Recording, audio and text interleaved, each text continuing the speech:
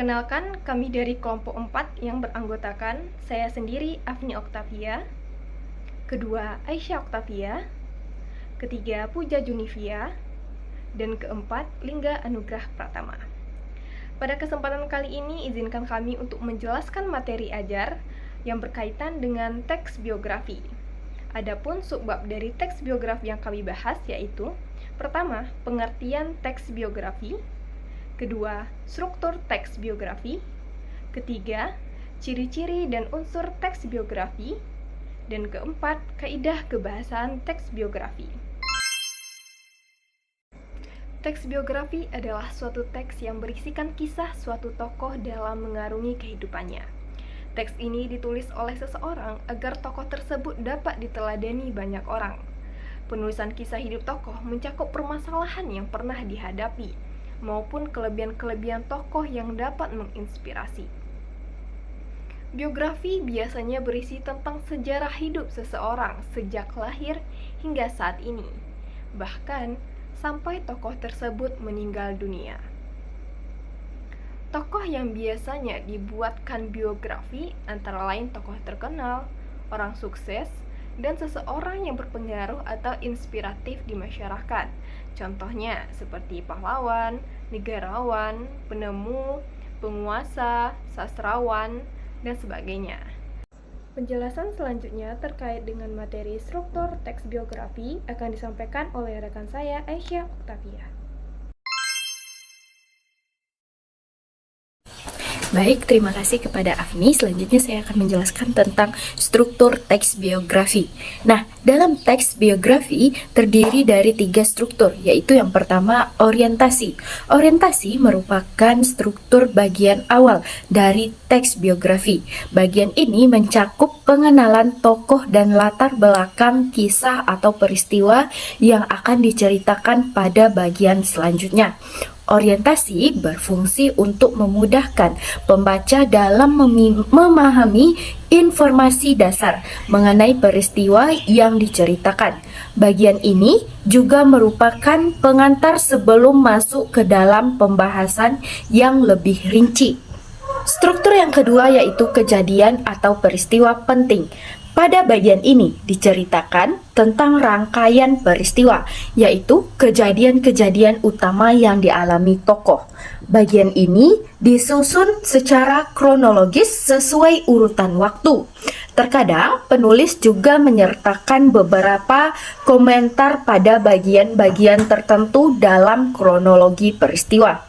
Bagian ini juga merupakan inti dari teks biografi karena pada bagian inilah pembaca dapat mengambil hikmah dan teladan dari kisah hidup sang tokoh. Nah, struktur yang terakhir yaitu reorientasi. Reorientasi yaitu komentar atau pernyataan simpulan mengenai rangkaian peristiwa yang telah diceritakan sebelumnya. Reorientasi berperan sebagai penutup pada teks biografi dan bersifat opsional. Bagian ini memudahkan pembaca dalam memahami peristiwa yang telah diceritakan dan memahami alasan tokoh tersebut patut dijadikan teladan bagi banyak orang. Jadi, video selanjutnya kita masuk dengan ciri-ciri dan unsur teks biografi yang akan dijelaskan oleh rekan saya yaitu Puja Junivia. Selanjutnya saya akan menjelaskan ciri-ciri teks biografi dan unsur-unsur teks biografi. Teks biografi memiliki ciri-ciri tertentu. Apa saja sih ciri-cirinya? Ciri-ciri teks biografi yaitu: pertama, berisikan fakta yang didasarkan pada pengalaman hidup tokoh. Yang kedua, disajikan dalam bentuk narasi. Yang ketiga, menceritakan peristiwa penting yang dialami sang tokoh sehingga bisa dijadikan teladan bagi pembaca. Selanjutnya, unsur-unsur teks biografi. Unsur-unsur yang ada pada teks biografi yaitu: yang pertama, cerita latar belakang keluarga tokoh. Yang kedua, cerita latar belakang pendidikan tokoh. Yang ketiga, masalah atau kesulitan yang dialami tokoh dan cara tokoh menghadapinya. Yang keempat, keistimewaan tokoh. Kelima, keteladanan tokoh. Baik, terima kasih. Selanjutnya akan dijelaskan oleh teman kami, yaitu Lingga Anugrah Pratama. Adalah kaidah kebahasaan teks biografi. Kita mengetahui bersama bahwasanya teks biografi ditulis dengan tetap memperhatikan kaidahnya. Nah, kaidahnya apa saja? Yang pertama itu menggunakan kata ganti orang ketiga tunggal seperti ia, dia, atau beliau. Kata ganti ini biasanya dipakai secara bervariasi untuk menyebutkan nama tokoh atau panggilan tokoh. Berikutnya, menggunakan kata ganti penunjuk yang dipakai untuk menggantikan hal-hal yang telah disampaikan sebelumnya, dan biasanya kata ganti petunjuk ini ditandai dengan kata ini atau itu. Berikutnya, menggunakan penanda waktu berupa konjungsi seperti sejak dan ketika. Berikutnya, menggunakan kata depan yang menunjukkan keterangan waktu seperti kata pada. Berikutnya, itu menggunakan penanda waktu yang berupa nomina seperti nantinya atau kelak. Jadi itu yang disebut dengan kaidah kebahasaan dalam teks biografi. Berikutnya, kami akan menampilkan media ajar video interaktif. Selamat menyaksikan.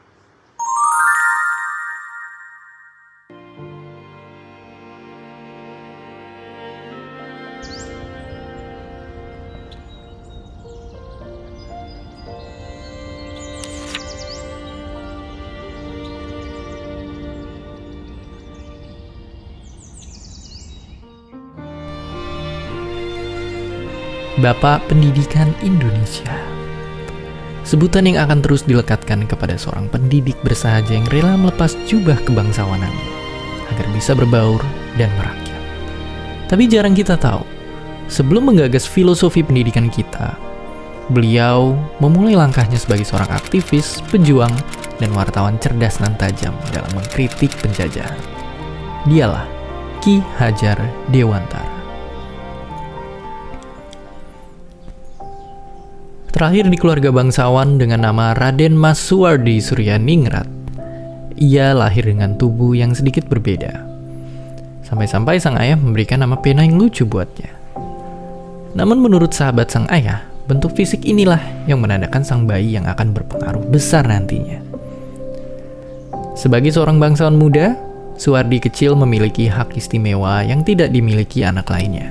Lalu di masa remaja, beliau pun mendapatkan kesempatan untuk bersekolah dokter di Batavia secara cuma-cuma.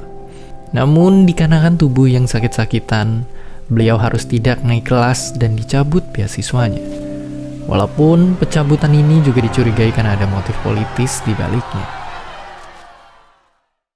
Tapi gagal menjadi dokter tidak lantas membuatnya hilang arah.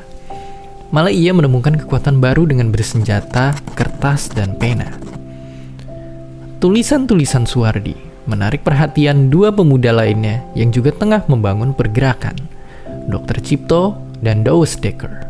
Ketiga orang inilah yang kemudian bahu-membahu menyebarkan ide Indonesia Merdeka lewat partai politik pertama di Nusantara. Ibarat mendapatkan angin, di sana Suwardi semakin garang mengkritik ketidakadilan yang menimpa bangsanya. Puncaknya, ia menuliskan sebuah kritik tajam yang ditujukan kepada bangsa penjajah. Tulisan yang sangat ironis menyindir perayaan kemerdekaan Belanda di atas tanah sebuah bangsa yang sedang mereka jajah dengan ongkos yang juga harus dibayar oleh orang-orang tertindas. Merahlah wajah dan telinga Belanda. Suara lantang Suwardi dianggap sudah keterlaluan. Bersama rekan seperjuangan, 3 serangga itu pun dibuang ke negeri Belanda. Raga boleh diasingkan, tapi bara dalam jiwa tegar menyala. Di tengah pengasingan, Suwardi justru tercerahkan. Ia mengenal gagasan pendidikan dari tokoh-tokoh besar yang ide-idenya kelak membawanya ke arena juang yang sama. Kembali ke tanah air, jalan terjal masih dihadapinya. Suwardi lagi-lagi harus berhadapan dengan pihak pemerintah kolonial. Celakanya, kali ini ia harus sampai mendekam di penjara. Tapi dari balik jeruji, hatinya gelisah mendengar kabar sang istri yang mengalami pendarahan parah sehabis melahirkan anak ketiga. Lalu, disinilah titik balik itu. Pada satu kesempatan, sang istri mengingatkan Suwardi tentang janjinya kepada sang guru agar mau mendidik kaumnya yang masih tertindas. Bagai mendapat ilham, Suwardi pun segera bersiap lahir menjadi sosok yang baru. Ya, ketika bebas, ia lekas mendirikan sebuah sekolah. Taman Siswa namanya. Sebuah cara perjuangan yang ia pilih untuk memperkuat rakyat dengan senjata terhebat, pendidikan. Ia juga menanggalkan nama kelahirannya, menggantinya dengan nama panggilan yang setara, Ki Hajar Dewantara. Mimpinya sangat besar dan melampaui zaman. Cita-cita untuk meraih kemerdekaan bukan hanya merdeka dari penjajahan bangsa-bangsa, tapi juga kebodohan yang memenjara. Inilah sumbangsih terbesar yang membuatnya dikenang sebagai Bapak Pendidikan Indonesia kelak. Perjuangan melawan penjajah tidak melulu dengan senjata.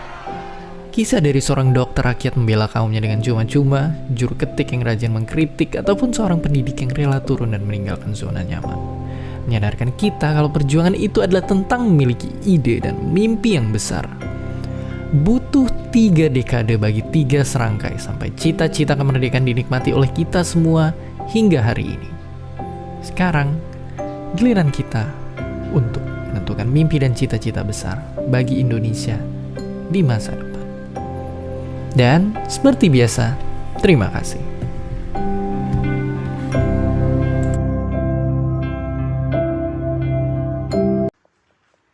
Terima kasih sudah menyimak media ajar video interaktif dari kelompok kami. Berikutnya kami akan menampilkan LKPD dari materi yang sudah kami sampaikan tadi. Selamat mengerjakan.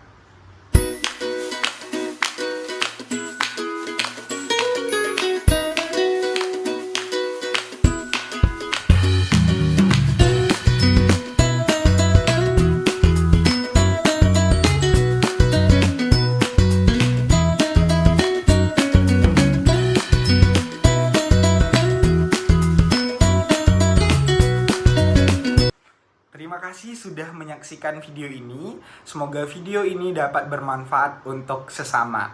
Kami dari kelompok 4 pamit undur diri. Wabillahi taufiq wal hidayah. Wassalamualaikum warahmatullahi wabarakatuh. Sampai jumpa semuanya.